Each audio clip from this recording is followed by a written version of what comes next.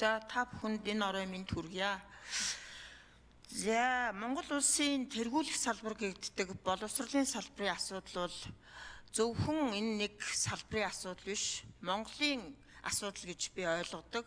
За Зандан шатар даргын хувьд ч гэсэн бас багшаар ажиллаж исэн хүний хувьд боловсролын салбарын асуудал дээр бас нэлээд онцгой анхаарна гэж танд бол итгэж байна.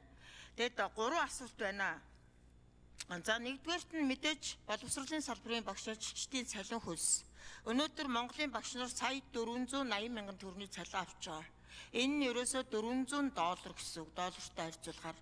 Тэгэхээр энэ хүмүүсийн цалинг яаралтай $1000 шилжүүлэх асуудлыг 2017 оноос өнөөдөр хүртэл одоо шаардаж бид нар бас ингээд явж байгаа.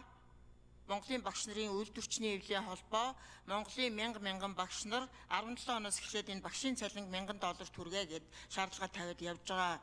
Энэ асуудал дээр бол бас Зандан шатар даргыг огт мэдэхгүй гэж бол би бодохгүй байна. Мэдж байгаа ах тийм ээ. Багшийн цалингийн асуудал дээр. За энэ багш нарын цалинг яаралтай $1000 түргэх ийм арга хэмжээг та авч чадах уу зоригтойгоор гэж асууя. Нэгдүгээр асуулт. Хоёрдугаар асуулт болохоор 2024 оны 4-р сард Монгол Улсын ерөнхийлөгч Хүрэлцэхийн ивэлд ор Монголын багш нарын 8-р их хурлыг зохион байгуулсан. Энэ их хурал дээр одоо оюун эрдэнэ сайд байсан, та байсан, ерөнхийлөгч байсан. Тэгээ энэ одоо их хурлын хамгийн их санал гарч ирсэн асуудал бол багшийн тэтгэврийн насны асуудал. Эрэгтэй 55, эмэгтэй 50 настай хүсвэл тэтгэврт гарах энэ эрх зүйн орчныг бүрдүүлж өгөөч гэж Монголын мянган багш нар энэ дээр санал гаргаж ирсэн. Энийг бол Зандан шатар дарга өөрөө мэдж байгаах гэж би бодож байна. Тэгэхээр энэ асуудал дээр бас та нэг анхаарч ажиллаарай гэдгийг бас хэлмээр байна. 3-р асуудал. За манай боловсролын салбар бол 100 гаруй мянган багш ажилчид ажилладаг, сая гаруй хүүхэд сурдаг маш том салбар. Тэгэхээр энэ салбарын одоо багш нар нийгмийн асуудал маш хүнд байдаг. Цалин бага учраас өөрийн гэсэн орон сууц зөмжилж авч чаддаггүй. Ипотекийн зайланд хамрагдъя гэхээр цалин хүрдэггүй, банкны шаардлага хангадаггүй. Тийм учраас энэ багш нарын ажилчдын цалин хөлс, энэ байр орон сууцны асуудал дээр та анхаарч ажиллаж чадах уу гэдгийг мөнхтэй гэдэг хүний зүгээс биш, Монголын мянган багш нарын өмнөөс танаас асууж байна. За тэгээд бас нэг зүйлийг бас хэлмээр байна. Хин нэгэн ч юм уу хэсэг бүлэг хүмүүсийн энэ найрааны юуг одоо энэ гар хөлийг боловсролын салбараас салгаж чадах уу?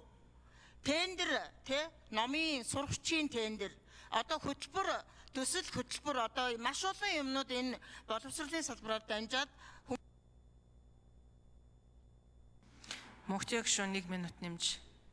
Одоо сүүлийн үед манай гал бодрох гишүүн бас яриад байна л да. Сургуулийн менежмент тэгээд дээрэс нь 95 цэцэрлэг 108 сургууль барина гэж яриад байгаа юм. Тэгэхээр энэ сургууль цэцэрлэгт чинь ажиллах боловсрогч байгаа мó? Сая энэ 2024-өөс 25 оны хичээлийн жилд 4200 багшийн дутагдaltaй байсан шүү дээ. Тэгээ одоо тэгээд сургууль цэцэрлэг нэмж барьснараа багшийн өмслийг арилгана гэж та үзэж байна уу? Эсвэл багшийн нийгмийн асуудал, нийгмийн баталгааг нь хангаж иж энэ багшийн өмсөл чинь арилгах юм уу гэдэг дээр та ямар бодолтой байна вэ гэдгийг бас танаас асуумаар байна. За баярлалаа. За Зандан шатар дарга хариулъя.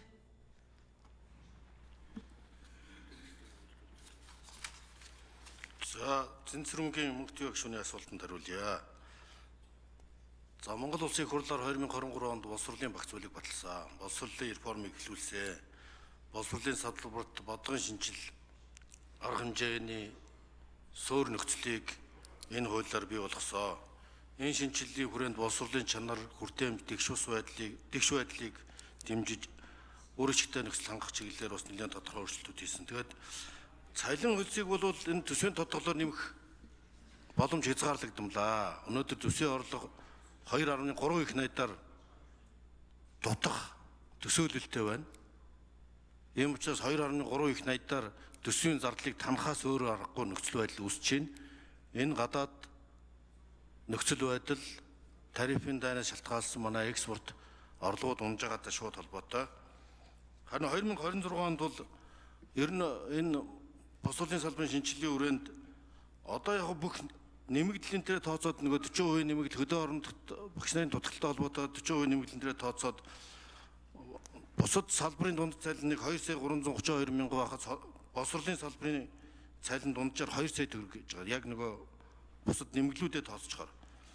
За энийг 6%-аар жил болгон нэмэгдүүлэхэд 2028 онд багшийн цалинг цэцэрлэгт ерөнхий боловсролын сургуульд мэргэжлийн боловсрол за дээд боловсролын салбарт бол $1000 хүрэх ийм тооцоо судалгаа хийж ажиллана.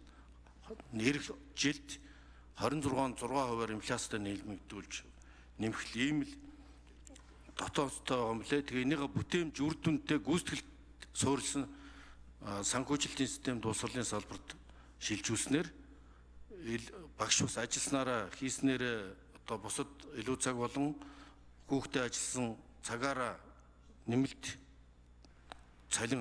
урамшуул авах боломжийг бүрдүүлэх нь илүү өөр ашигтай боловсролын тогтолцоон шаардлагатай чиг хандлах гэж үзэж байгаа. За багшийн дутагдлын асуудал бол нэг ялангуяа хөдөө орон нутагт одоо цэцэрлэгийн багшийн мэргэжлийн хангалт бол 93%-тай, нийт улсын хэмжээнд ерөнхий боловсролын сургуулийн мэргэжлийн хангалт 97%-тай байна гэж 23% гэдэг бол нэлээд том дутагдлууд. Тийм учраас багш мэргэжлэр элсэн сурвалжлагчдад тэтгэлэг олгодог энэ зарчмыг хэрэгжүүлж гиснээр энэ өснө гэж бодож байна. Гэхдээ энэ бол 5 жилийн хугацаатай суралцах учраас энийг энэ 4-5 жилийн хугацаанд энэ дутагдлыг нэг өдөр тийм амархан өгчихгүй. Ер нь боловсролын шинжилсэн хуулиар бол багшийн цалин өсөг жил бүрийн инфляцийн түвшинтэй уялдуулж нэмэгдүүлдэг байх зохицуулт хийсэнтэй холбоотойгоор 26 оны төсөвт нэмэгдэл хийж байгаа ч гэсэн энэ цалингийн төсвийн эрсдэлт нөхцөл байдлаас шалтгаалаад энэ төсвийн тодтол дээр бол нэмэгдүүлж чадахгүй. Энэ 25 оны төсөв дээр бол нэг анхаарсан байна. Ер нь багш нарын орон сууц, байр орон сууц, нийгмийн асуудлыг шийдэхэд биний дээр хэлсэн тэр орон сууцчуулалтын банк хот хөдөөд бий болгож орон сууцны зээл төнгөлт үзүүлэх, түрээсийн тэтгэлэг олгох, орон нутагт ажиллаж багш нарт зориулсан тусгай дэмжлэгийг бий болгох, нийгмийн хамгаалал, эрүүл мэндийн үйлчилгээний чанарыг сайжруулах бодлого хэрэгтэй байгаа гэж үзэж байгаа. Багш нарын одоо бас нэг чухал асуудал бол энэ тэтгэврийн нас уян хатан байх асуудал, ур чадвар, эрүүл мэндэд тулгуурлан ажиллах боломжтой одоо багш нарын дутагдaltaй үед бол заавал тэтгэврт нь гарахгүй бас ажилуулах энэ боломжийг нь олгох, за хүсн эрт тэтгэвртээ гарч өөр чиглэлээр ажилтдаг боломжийг бий болгох энэ уян хатан тэтгэврийн насны зохицуулалтыг боловсролын салбарт судлаж хэрэгжүүлэх шаардлагатай гэж үзэж. За мөнхтэй гишүүн тодруулж сууя. За Занданшиттар дарагт баярлалаа. За боловсролын салбарын гүйцэтгэлийн үнэлгээ гэдэг нэг холион бантын юм бий болоод одоо ингээд 2 жил тойрч байна. Боловсролын салбарын багш ажилчид энэ гүйцэтгэлийн үнэлгээнд дээр бол үнэхээр муу F гэсэн үнэлгээ тавьж байгаа. Энэ бол ерөөсө болцсон юм байхгүй. Гүйцэтгэлийн үнэлгээг 40-60 хүүхдэд нэг багшид өгчөөд ямар гүйцэтгэл гаргах юм? Ямар ч орчин нөхцөл нь бүрдээгүй тохиромжгүй юм оруулж ирээ. Тэгээ өнөөдөр багш нар нь ядраад хүүхдүүд зүудрээд дээрэс нь үнэлгээний төв гэж нэг холион бантан боловсролын яамны одоо Наранбайр сайдын үед солигдсон үнэлгээний төвийн даргаа сольсон судалгааны хүрээлэнгийн захирлаа сольсон